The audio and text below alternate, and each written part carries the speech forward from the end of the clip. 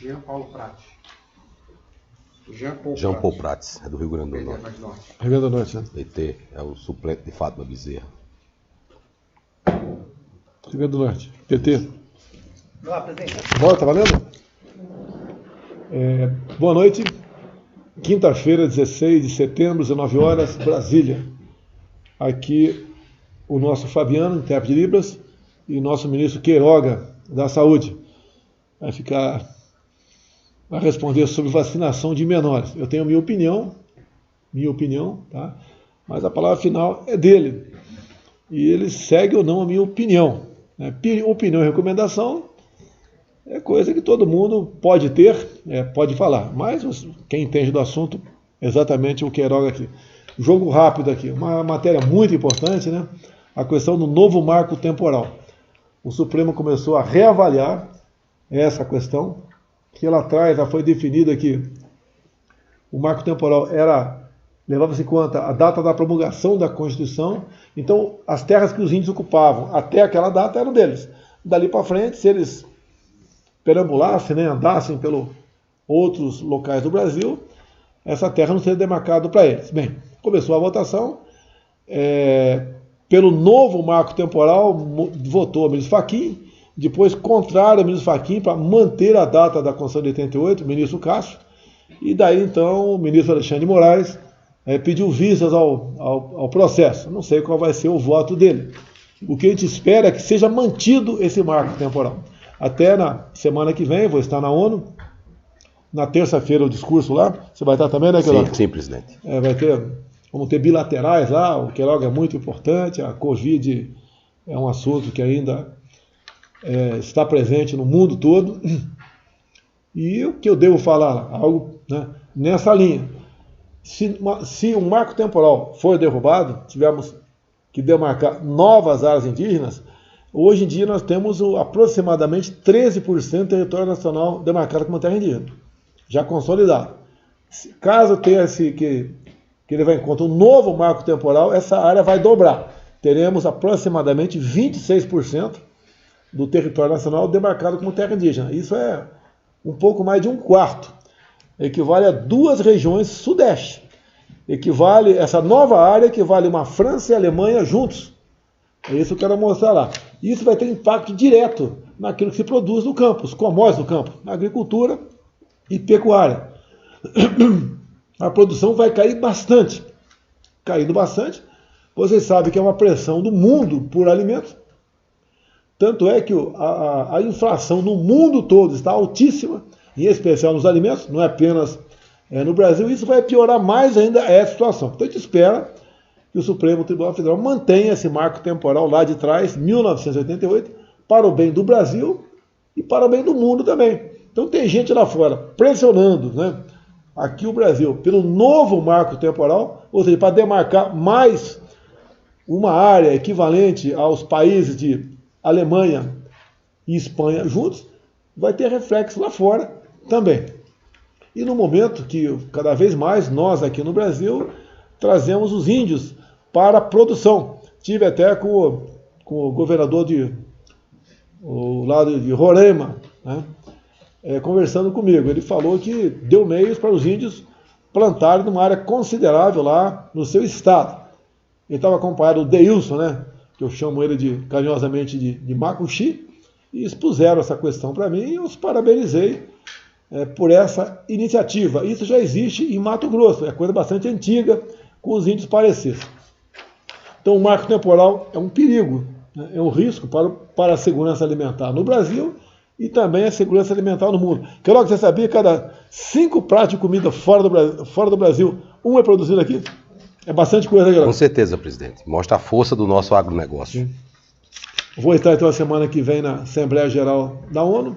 Vou fazer o discurso de abertura, um discurso tranquilo, bastante objetivo, focando os pontos que interessam para nós. É um palanque, né, muito bom para isso, também serve como palanque lá, se bem que a gente vai mostrar objetivamente o que é o Brasil, o que estamos fazendo na questão da pandemia, coisa que somos atacados o tempo todo, né, bem como o agronegócio, a energia no Brasil, etc. Queiroga, tá em voga aí a questão da vacinação dos menores. Tinha uma instrução normativa, se não me engano, uma nota técnica, que dizia que numa prioridade para vacinar com a Pfizer todos os adolescentes entre 12 e 17 anos.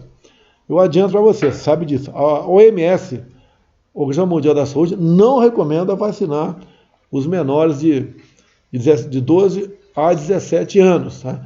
Aqui no Brasil, qual é a posição do Ministério da Saúde nessa questão? Primeiro, presidente, como o senhor tem sempre dito, o governo joga nas 4 linhas da Constituição e da legislação.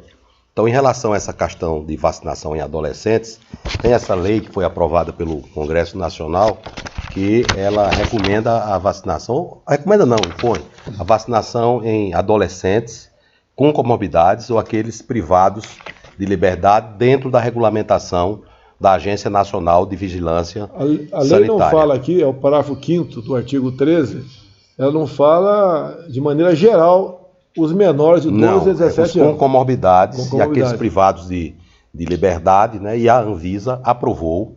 O senhor sempre disse, vacina tem que ser aprovada pela Anvisa, o senhor está certo. Então a Anvisa aprovou a Pfizer. E foi nesse sentido que o Ministério, no começo de agosto, editou uma nota técnica da Secretaria de Enfrentamento ao Covid, que previa a vacina nesses adolescentes com comorbidades e, numa situação já muito adiantada, a vacina nos sem comorbidades. No entanto, nós temos informações da literatura mundial e também posição de sistemas de saúde como o inglês, que restringiu a vacina nos adolescentes sem comorbidades. Então, o que o Ministério da Saúde fez? Na nota técnica 40 da Secovid, retirou os adolescentes sem comorbidades. O senhor tem conversado comigo sobre esse tema e nós fizemos uma revisão detalhada no banco de dados do DataSUS. A minha conversa com o Queiroga não é uma imposição. Eu levo para ele o meu sentimento, o que eu leio, o que eu vejo, o que chega ao meu conhecimento. Você pode comentar a situação. A OMS, ela é contra a vacinação entre 12 e 17 anos. A Anvisa aqui no Brasil é favorável à vacinação de todos os adolescentes com a Pfizer.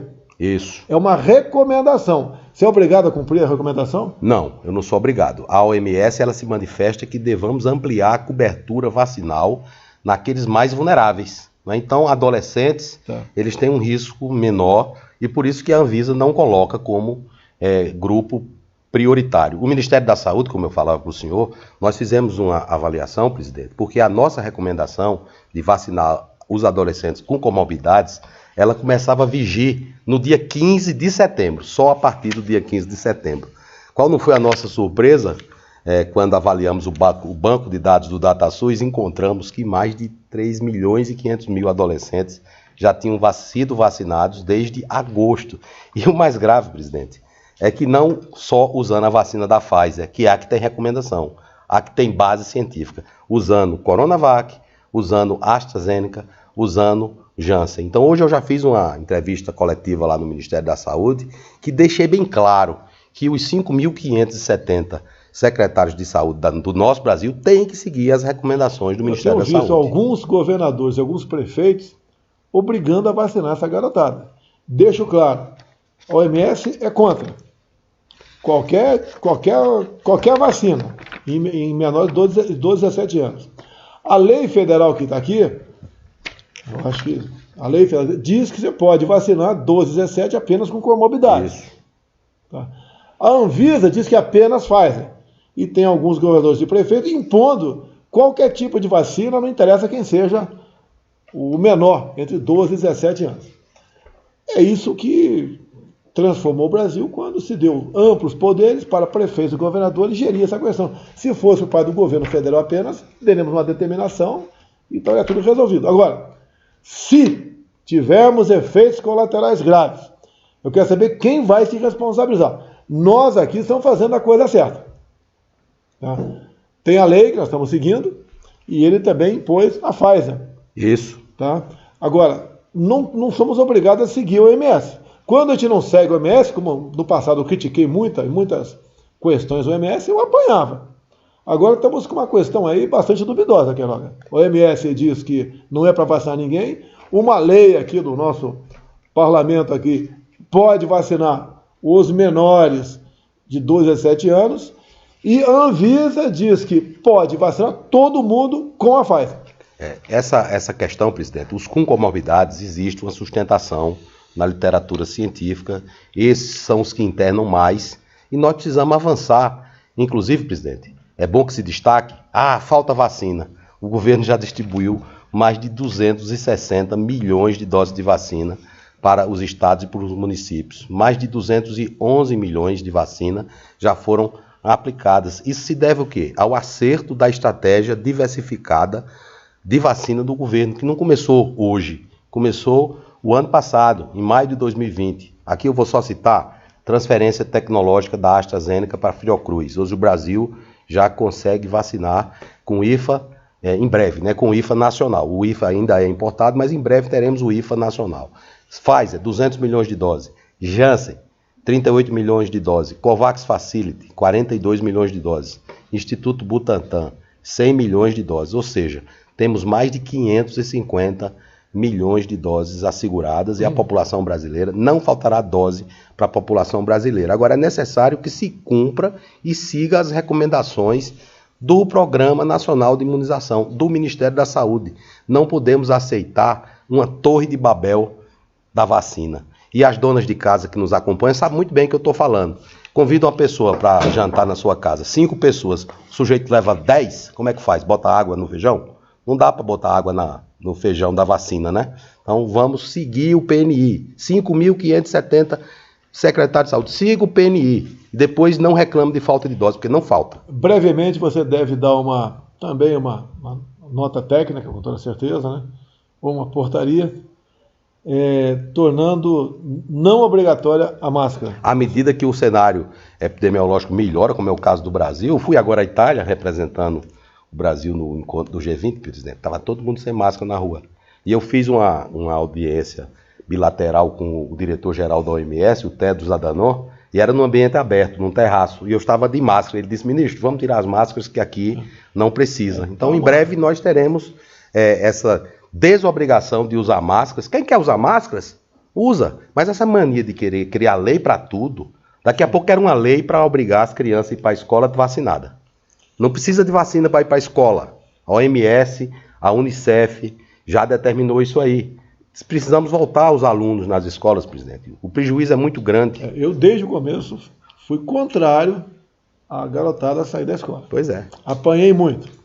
E você pode ver, a garotada aí, muitos não, quase todo mundo, quando contrai o vírus, não sente absolutamente nada. Eu, por exemplo, estou com o IgG 991. Será que eu peguei? Não estou sabendo? Não sei. E não tomei vacina. Mas aí temos a questão dos anticorpos neutralizantes. Inclusive, presidente, estamos fazendo uma parceria com a Universidade de Oxford para certificar laboratórios aqui no Brasil para avaliar essa questão de anticorpos, dos anticorpos neutralizantes.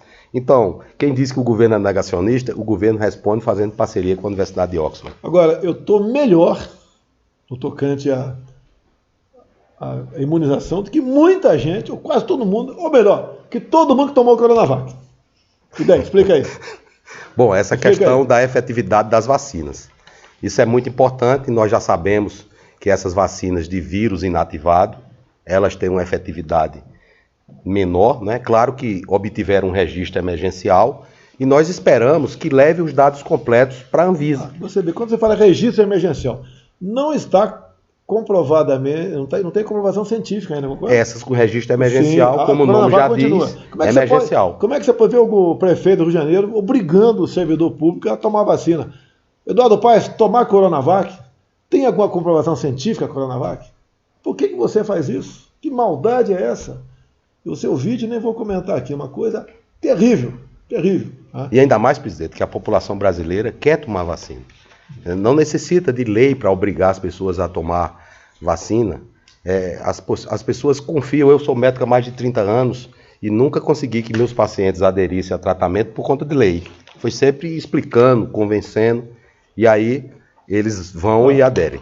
Desde o ano passado, né, desde o primeiro momento, quando não tinha vacina ainda, que a primeira vacina foi em dezembro do ano passado, alguns queriam que a gente comprasse a vacina no ano passado. Eu pergunto, cara, onde é que tinha vacina para comprar?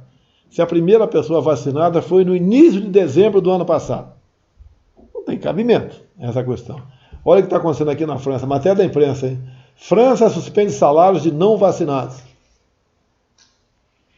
Logo a França, que fala tanto liberdade, né? Tanta liberdade, né? Agora, o cara que não tomou vacina está prejudicando a si próprio.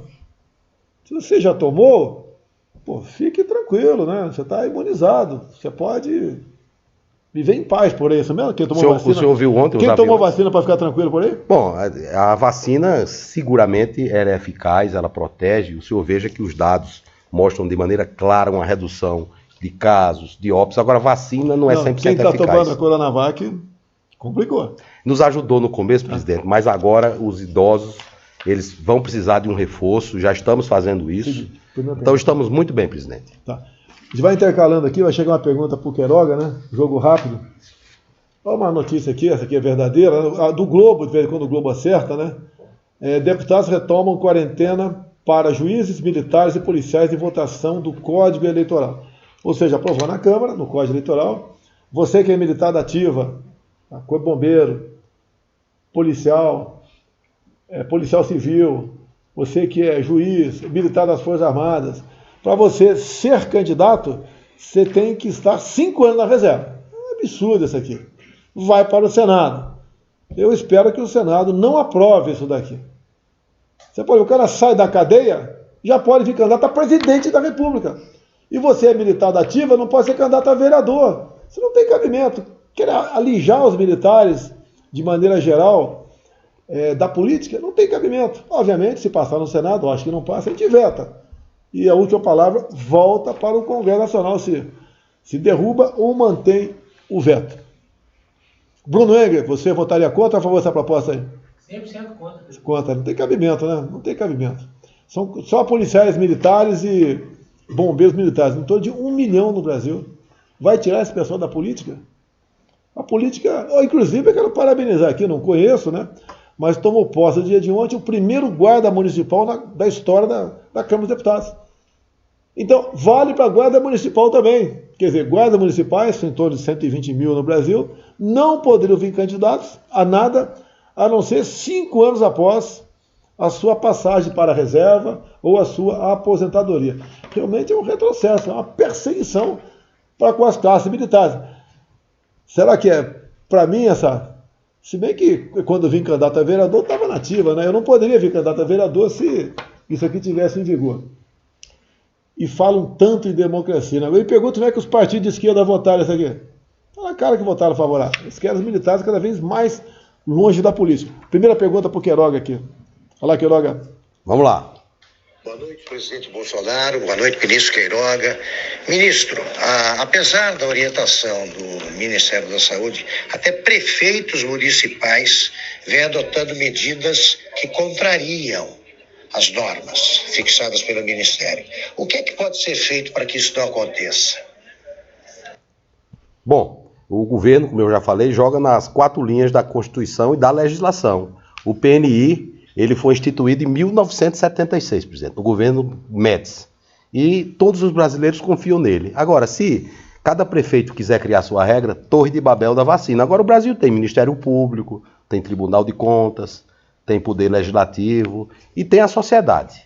E aí eu aproveito a oportunidade dessa pergunta para dizer, as mães, se for para a unidade de vacinação e quiserem aplicar vacinas que não sejam autorizadas pela Anvisa, não aceitem. Vacina autorizada para o adolescente com comorbidades só tem uma, que é a vacina da Pfizer. São os projetos, né, de ditadores até no Brasil. Um é Eduardo Paes, no Rio de Janeiro. Né? E nós vimos muitos governadores fazendo coisas terríveis durante a pandemia, como toque de recolher, lockdown, confinamentos, prisões, entre outras barbaridades. Né? E não é fácil lutar contra isso, muita gente quer que eu faça alguma coisa, mas, por exemplo, aquela lei obrigatória da vacina de 2020 é nossa, mas valia até 31 de dezembro do ano passado. O Supremo Tribunal Federal deu uma sobrevida de mais um ano a essa lei. Daí vem governadores e prefeitos fazendo essas barbaridades por aí. O de bom nisso tudo, né? Coisa bom é a gente cada vez mais ter responsabilidade para votar. a começar de vereador. Tá certo? E é onde começa ali o elemento na política, geralmente começa com o vereador. Eu comecei com o vereador em 89 e 90. Então a única coisa de boa que sobrou foi isso aí. Agora, o povo sofre muito com isso aí. A liberdade é uma palavra que cada vez mais parece que vai deixando de existir no Brasil. Tá? Agora, a gente vai fazendo o possível, a nossa parte a gente orienta, fala, mas o poder, né, está nas mãos, na ponta da linha aí do prefeito. O prefeito manda mais que o governador. Continuar aqui. Outra notícia, né, exportações de armas aumentaram 30% durante o governo Bolsonaro. Uma boa notícia, eles estão vendendo mais armas. Né? Também a venda de armas interna do Brasil foi maior de 50%, não tenho certeza aqui, mas tudo de 50% de 2019 para 2020, e 2021 também está crescendo bastante. Há um fake news aqui, o pessoal fala tanto em fake news, né? Estado de São Paulo, sobre o dia 12 agora, manifestação a favor de Bolsonaro em Brasília tem baixa adesão. Sem comentários aqui. Uma notícia boa aqui para nós, eu entendo que é uma boa, né? Sei que passa para 2023. O Marcelo Brasil conquistou o direito de sediar Jogos Mundiais Escolares Sub-15 em 2023. O Marcelo chegando, está no exterior. Eu trago ele para uma live aqui para explicar melhor isso aí. É realmente uma coisa fantástica. É o jovem voltando para o esporte. É o jovem jogando futebol, basquete, voleibol, nadando, correndo. Tá? Esse é o jovem que, além da nota boa, né, esse é o jovem que tem que ser o exemplar nas salas de aula por aí. A gente fala em conquistas do governo. Né? A gente sofre muita crítica. Né? A Datafolha agora falou que eu tenho 53% de rejeição. Tá? Bem, Datafolha não é parâmetro para nada. Mas vamos falar em conquistas. 2021 é o ano que os livros didáticos, os livros escolares, foram realmente todos feitos em nosso governo. Que até o ano passado era coisa distribuída, feita em governos anteriores. A primeira agora. Você pai, você mãe, pode abrir o livro do seu filho, você não vai encontrar mais figurinhas ali esquisitas que você mesmo, pai e mãe, ficava com vergonha de ver aquilo. E, obviamente, ficava preocupado em seu filho de 6, 7, 8 anos de idade ter notícias e informações que não é o caso ter, né, em lugar nenhum, a não ser em parte dentro de casa. Então a gente vai melhorando. Então a garotada começa cada vez mais, né? Não é fácil mudar um sistema de décadas. A molecada cada vez mais começa a ser orientada para a escola a realmente aprender e não ser doutrinada. Tem outra pergunta aí, Ciro?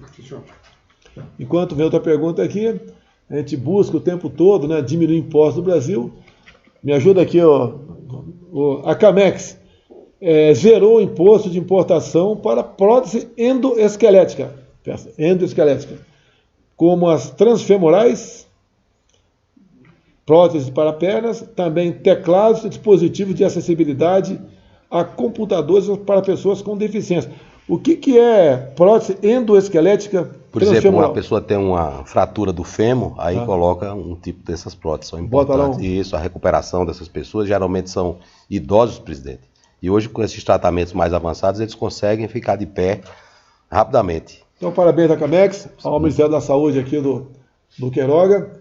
Não se paga mais imposto de importação para essas próteses. Tem que ter cuidado do ICMS, viu, presidente? Porque senão vem ICMS em cima. É impressionante, né? É comum acontecer. Eu, quando zerei o imposto do diesel por 2 meses, março e abril desse ano, era em torno de 33 centavos do diesel, na bomba não baixou 1 centavo. 17 estados aumentaram o ICMS. Agora, tive notícias com o governador Denário, lá de Roraima, que ele vai reduzir bastante o preço do gás a partir de janeiro do ano que vem, imposto estadual e ICMS, e pretende, no transcorrer de 22, zerar o imposto de imposto de circulação de mercadorias e serviços, ICMS, para o gás de cozinha. Exemplo que nós já fizemos no tocante ao imposto federal. O que eu falei com o Denário? O governador de Rondônia falou para mim que pretende fazer a mesma coisa, e de modo que quando zerar isso aí, você vai ter como saber quanto custa o preço de gás lá onde ele é engarrafado. Né? Custa hoje em dia em torno de R$50. Então, se está chegando a 130 para você, não tem imposto federal, e federal já não existe.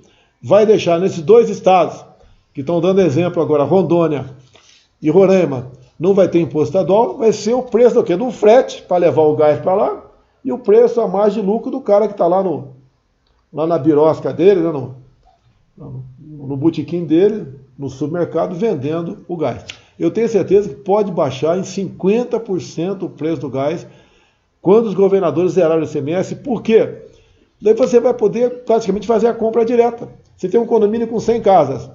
Você pega um caminhão de alguém lá, uma vez por mês, bota os botijões vazios, vai lá onde o gás é engarrafado, compra e traz para cá. Ou seja, não vai ter margem de lucro de revenda, porque alguém do condomínio vai fazer isso aí. O pessoal deve fazer uma vaquinha apenas para pagar o combustível, né, o motorista do caminhão. Então tem como cair em 50%. Então parabéns aos governadores de Rondônia e de Roraima que estão iniciando uma grande ação no tocante ao preço do gás de cozinha, que está realmente muito alto no Brasil. Outra pergunta aí. Boa noite, presidente Bolsonaro. Boa noite, ministro Queiroga.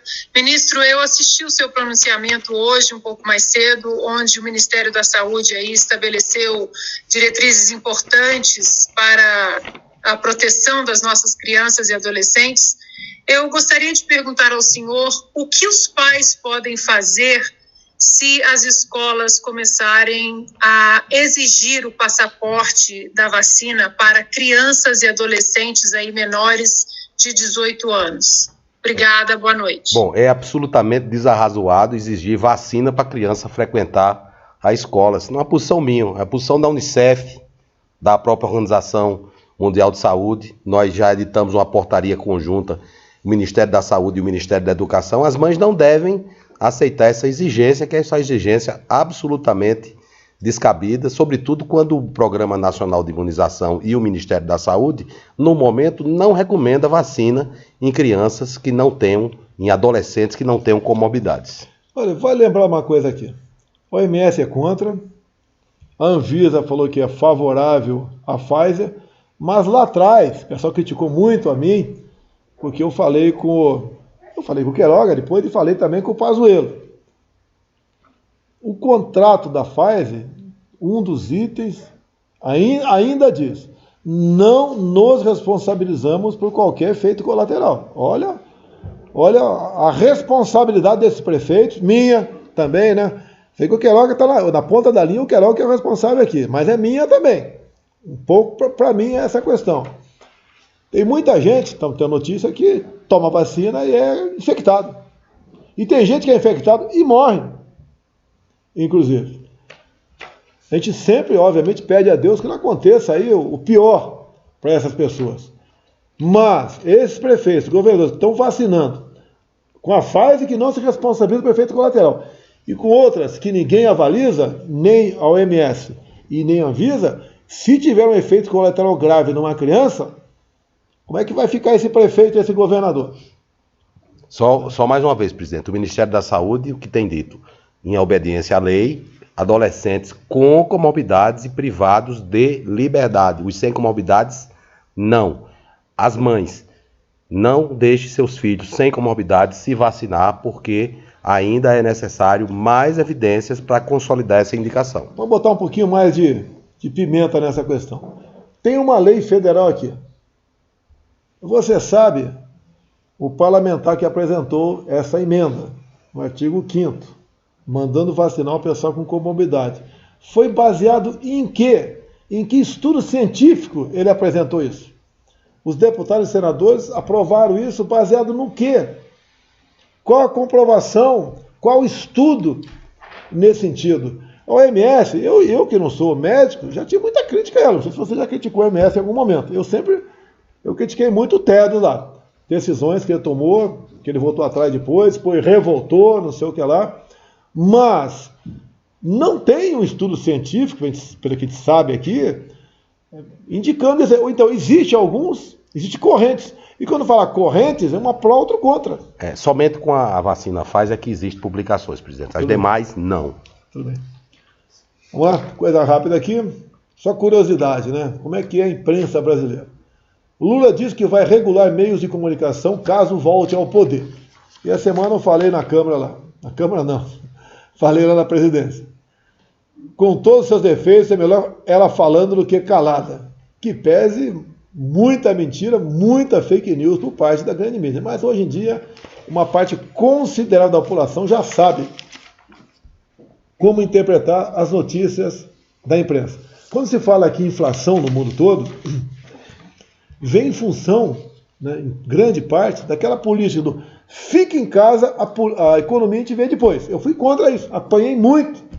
Né? E essas pessoas que ficaram em casa, que fizeram campanha para todo mundo ficar em casa, quer dizer, quem fez campanha ficar em casa, quem tinha o salário garantido todo mês, né? Ou tinha uma poupança gorda, ou vivia nas costas do papai e da mamãe. Aquele cara que tinha que correr atrás para ganhar o seu ganha-pão, né? Ou aqueles informais que tinham que se virar durante o dia para comer à noite, fica uma situação bastante complicada. Bem, quando se produz menos e se consome um pouco mais, o que aconteceu durante a pandemia, no tocante a gêneros alimentícios, vem a inflação. Está o mundo todo com inflação. Não é privilégio do Brasil. Então tem notícia aqui de toda a mídia, né? Inflação nos Estados Unidos acumula alta de 5% em 12 meses. A nossa foi maior do que isso. O Reino Unido, a mesma coisa. Se bem que ela está sofrendo, o Reino Unido também sofre por equação de sair da União Europeia. Aqui, alimentos atingem preço mais alto da década no mundo todo. Outra aqui, Itália registra a maior inflação desde 2013. Então, essa questão da inflação, tá, a gente faz o possível para diminuir, para não aumentar. Eu gostaria que a inflação chegasse aí a zero, tá? Mas a gente não tem como controlar isso aí. Na canetada, você pode controlar por 1, 2, 3 meses. Depois, você não controla mais porque tem o desabastecimento. Então, estamos num momento difícil? Estamos, sim. Estamos fazendo a nossa parte, estamos fazendo. Estamos estimulando cada vez mais a agricultura familiar, com o Banco do Brasil, com a Caixa Econômica Federal. E uma coisa importante, hoje o VT é um projeto voltado para a agricultura familiar. Então, olha só, por que eu vetei? Não é porque os autores são do PT, não. Tá? É porque quando se cria obrigações para o governo que envolvam despesas, o autor da lei tem que dizer quem vai pagar aquela despesa. Ou vai sair daqui, né, do imposto para cá, ou vai ser aumentado do imposto para cá. Porque se eu não fizer isso, eu estou em curso em crime de responsabilidade. Então eu não estou vetando porque os autores são do PT. O autor é o relator do PT. Ou porque eu sou mal. Estou vetando porque eu tenho que cumprir a lei, de acordo com o artigo 85 da Constituição. Agora volta para o parlamento. Se o parlamento derrubar o veto, que o parlamentar, ele não é responsabilizado pelo voto, sim ou não. Eu sou, pelo veto, sim ou não. Ele não é. Agora, se vetar, o que é norma? A Advocacia Geral da União recorre ao Supremo, arguindo a inconstitucionalidade daquele dispositivo. Então, pessoal, antes de criticar, conhecer a verdade, né, ter conhecimento. Tá? Não é, então, porque o parlamentar vota lá, resolve, só sanciona aqui. Porque é muito fácil. Então, o parlamentar pode votar um piso da Previdência de R$10.000, eu sanciono aqui e está resolvido. Tá? Isso chama-se responsabilidade, coisa que, infelizmente, tá, o autor desse projeto da agricultura familiar não teve nenhuma, zero. O que ele procura com isso aí? É desgastar o governo. Agora ele divulga, ele vai ver o veto publicado amanhã, divulga nas mídias sociais dele, olha, seu presidente, eu queria que o agricultor familiar tivesse benefício, o presidente mal vetou esse dispositivo. Agora, por que não aprovaram isso nos 14 anos do governo PT? Fazem só para desgastar. Porque eu lamento que um projeto como esse é botado em pauta. Fala-se tanto em inconstitucionalidade, né?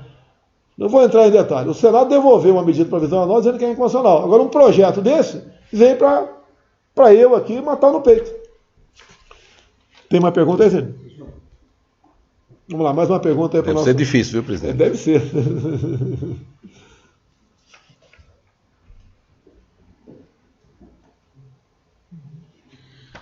Salve, muito boa noite, presidente Jair Bolsonaro, boa noite, ministro Queiroga.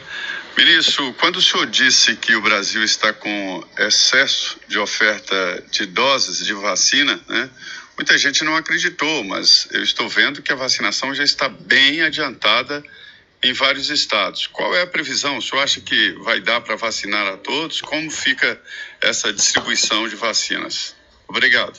A população brasileira já acredita, já falei aqui, 260 milhões de doses, mais de 260 milhões de doses distribuídas, mais de 211 milhões de doses aplicadas, mais de 80% da população adulta brasileira vacinada com a primeira dose, mais de 45% da população adulta brasileira vacinada com a segunda dose. Agora, presidente, não dá para garantir vacinas com essa torre de Babel vacinal que aí os nossos amigos querem criar, né? Não tem como. Eu falei aqui da dona de casa. Convida 5 para o jantar, vem 20? Estamos bastante adiantados. Nós somos o terceiro país no mundo proporcionalmente que mais vacinou. Está nessa linha. O que mais vacinou, não proporcionalmente, mas estamos bem no cenário mundial. E a vacina, alguns acham que era só ir comprar lá fora e trazer aqui. Não, elas foram produzidas ao longo dos últimos meses. Não tinha à disposição. Repito, alguns falavam, por que não comprou vacina no ano passado? O cara, não tinha à disposição. Qual país vacinou o ano passado? Nenhum, nem os produtores. A vacinação começou em dezembro. E assim foi indo. E muitos países, os produtores, priorizaram o quê? O seu país. E muitas vezes o entorno do seu país, para formar um cordão de isolamento. E depois veio para cá, para a América do Sul. Hoje o Brasil está bastante avançado. Fala uma coisa sobre as fábricas de vacina animal aqui. É uma lei do senador Wellington Fagundes que foi sancionada, e esses parques, eles são muito bons e eles podem sim ser aproveitados para a produção de vacinas em seres humanos. As nossas universidades, nós temos a Universidade Federal de Minas Gerais, a Universidade USP de Ribeirão Preto, a USP de São Paulo, a Universidade Federal do Rio de Janeiro, que já tem projetos de vacinas totalmente nacionais e que podem ser produzidas nesses parques de vacinação animal, presidente. E a Pfizer, que é tão comentada, né? A Pfizer veio para o Brasil, fez uma parceria com a Eurofarma e já em 2022 vai produzir 100 milhões de doses. Por quê? Por conta do ambiente de negócios do Brasil. O governo brasileiro não precisou investir um centavo. Então o Brasil, com certeza, ele vai passar de país que importa vacina a país que exporta vacina. Isso eu tive a oportunidade, presidente, agora no G20 da Itália, dos ministros da Saúde, de mostrar todos esses aspectos da nossa campanha de vacinação, do cenário sanitário do Brasil, que é muito mais seguro, e a comunidade internacional já sabe disso. Estive com o ministro da Itália, o ministro Roberto Speranza, e há uma perspectiva real do retorno do fluxo de brasileiros e italianos no final de outubro. Então estamos muito bem, presidente. Olha lá, o nosso Facebook, YouTube, Instagram, em torno aí de 60 mil. Pingo nos Is e Jovem Pan News, em torno de 200 mil. Folha Política, 4 mil. Por aqui, 250 mil. Mais uns agregados por lá de cá. Está na ordem de um pouco mais de 400 mil pessoas nos assistindo ao vivo. Estamos indo para o encerramento aqui. Olha como a situação muita gente ainda desconhece, né? Muita gente não, né? Os especialistas conhecem a questão do vírus ainda. Pessoas vacinadas podem transmitir a variante Delta mesmo sem sintomas, sugere estudo. Por sinal, o Brasil vai bem em relação à variante Delta, né? Outros países, presidente, como os Estados Unidos, que tem um sistema de saúde muito forte, eles têm problemas com a variante Delta. Eu não estou aqui comemorando nem cantando vitória, mas até o momento a gente vai bem com a Delta. Desculpa aqui, vem para cá. Não tem como. Já está, presidente. Já está, não já tem. Está. Vai ter. Quando eu disse lá em março, abril do ano passado, que tínhamos que conviver com o vírus, apanhei até não querer mais. A OMS agora, questão de, acho que um mês, falou que temos que conviver com o vírus. Mas o senhor é acostumado a apanhar, já apanha desde 1990, agora eu comecei a apanhar agora. Eu não errei, eu não sou médico, não errei nenhuma, eu não chutei. Tá? Conversei com muitos médicos, fiz lives, fiz palestras dentro da Presidência da República, liguei para embaixadores que estão em outros países, para médicos no Brasil bastante, e logicamente tudo que eu falava tinha alguma materialidade, e a pancada o tempo todo, e não erramos nenhuma. Até quando começaram a falar que causava arritmia, bateram em mim, Queiroga, e depois a sociedade, você que é cardiologista, a Sociedade Europeia de Cardiologia diz que a hidroxicloroquina não causava arritmia. Realmente, esses medicamentos, eles são seguros, né? O que se discute é a questão da eficácia, mas estamos avançando bastante, presidente. Vai aprendendo, pessoal. Já que você é médico, tem muita coisa, muito medicamento que é descoberto sem querer? Sim, com certeza. Vamos lá. Antibiótico. Penicilina. E para disfunção erétil, foi sem querer também? Esse medicamento foi usado com outra finalidade. Sim, é da Pfizer, viu, presidente? Da Pfizer, tá vendo só, pessoal? Por que não pode aparecer um remédio para a Covid-19 também? Pode. E deve, viu, presidente? Deve, com toda certeza. A indústria farmacêutica tem um lobby fortíssimo no mundo. E funciona no mundo todo. O senhor viu a questão dos quimioterápicos orais, né? Que o senhor vetou o projeto de lei. Um impacto de 12 bi na saúde suplementar. Tudo bem. Outra questão, quando a gente veta alguma coisa, não é maldade, não apresentou a fonte de custeio daquilo. Isso daqui, para deixar bem claro, eu apanhei muito também a questão de um veto para tratamento de câncer. Essa questão do Só que ia aumentar assustadoramente os planos de saúde. Eu tinha que fazer a opção. Praticamente, ao aumentar o plano de saúde, tem muita gente que está no limite, já paga no limite. E aumentar, eu vou chutar aqui. Além da questão da segurança, né? E aumentar... que o senhor sempre te advertiu para essa questão da segurança. Lembra a história do jacaré? Sim. Né?